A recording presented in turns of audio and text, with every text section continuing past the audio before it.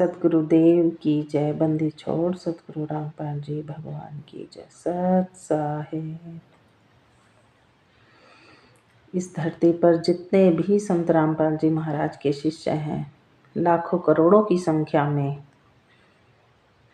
कोई सारनामी है, सतनामी है, प्रथम नामी है, उन सभी से ये दासी करबद्ध निवेदन करती है कि वे संत रामपाल जी महाराज के ज्ञान आधार से चलें। इन सभी सतलोक आश्रमों को छोड़कर, पवन ठग को छोड़कर, संजय ठग को छोड़कर, सब भगत एकजुट होकर अपने परमात्मा के लिए मीडिया में अपनी अपनी आवाज़ उठाएं।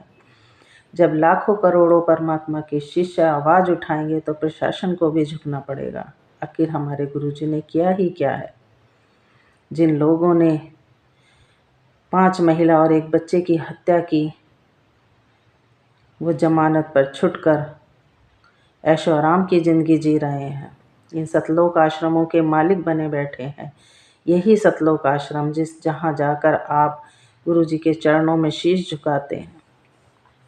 आपके दान पाठ का पैसा, आपके रक्तदान का पैसा, देहदान का पैसा आखिर कहाँ जाता है? उनसे, उस पैसे से गुरुजी की जमानत क्यों नहीं की जाती?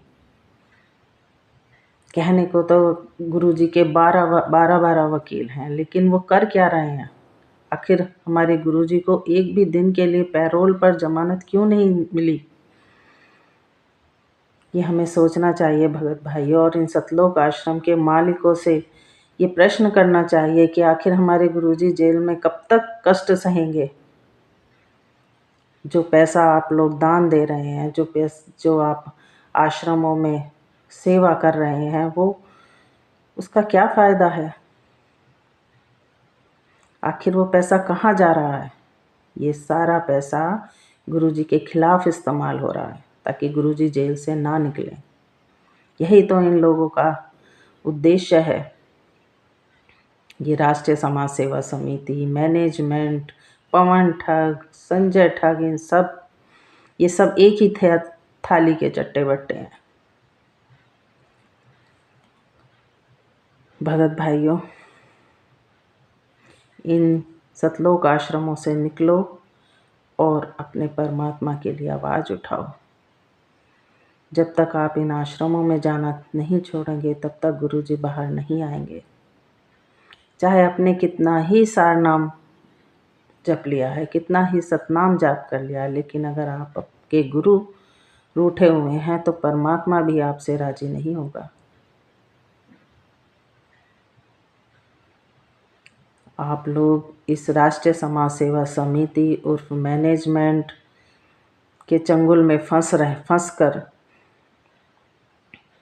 एक ऐसे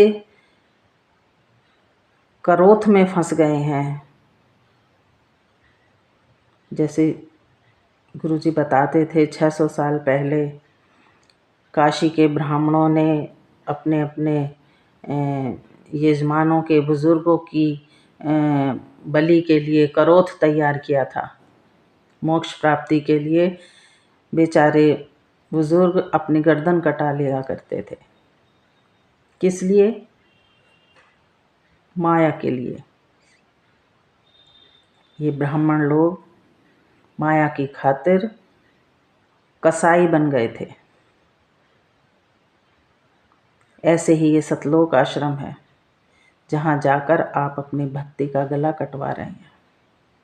आप भक्ति नहीं कर रहे हैं, काल के चंगुल में फंस गए हैं। वहाँ से निकलो और अपने परमात्मा के बारे में सोचो। ये ज्ञान अमृत एवं षड्यंत्र का विष नामक पुस्तक पढ़ो।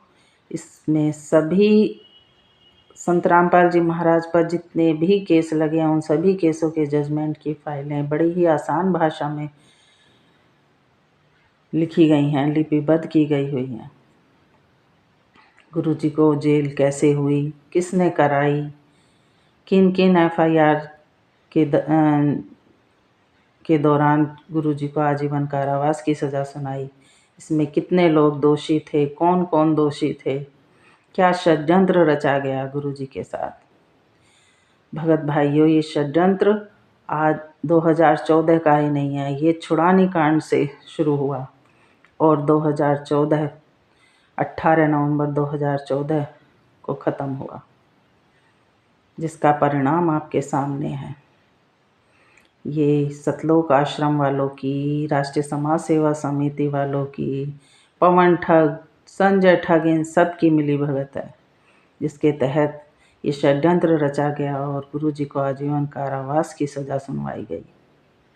भगत भाइयों, इस पुस्तक को पढ़ो, अपनी आंखें खोलो और भक्तों को भी पढ़ने के लिए प्रेरित करो। वैसे तो ये पुस्तक पूरे विश्व में वायरल हो गई है। आप लोग जो इस पुस्तक को पढ़कर गुरुजी की सब सच्चाई जानिए और अपने गुरुजी के लिए आवाज़ उठाइए। सत साहिब। जय बंदी छोड़।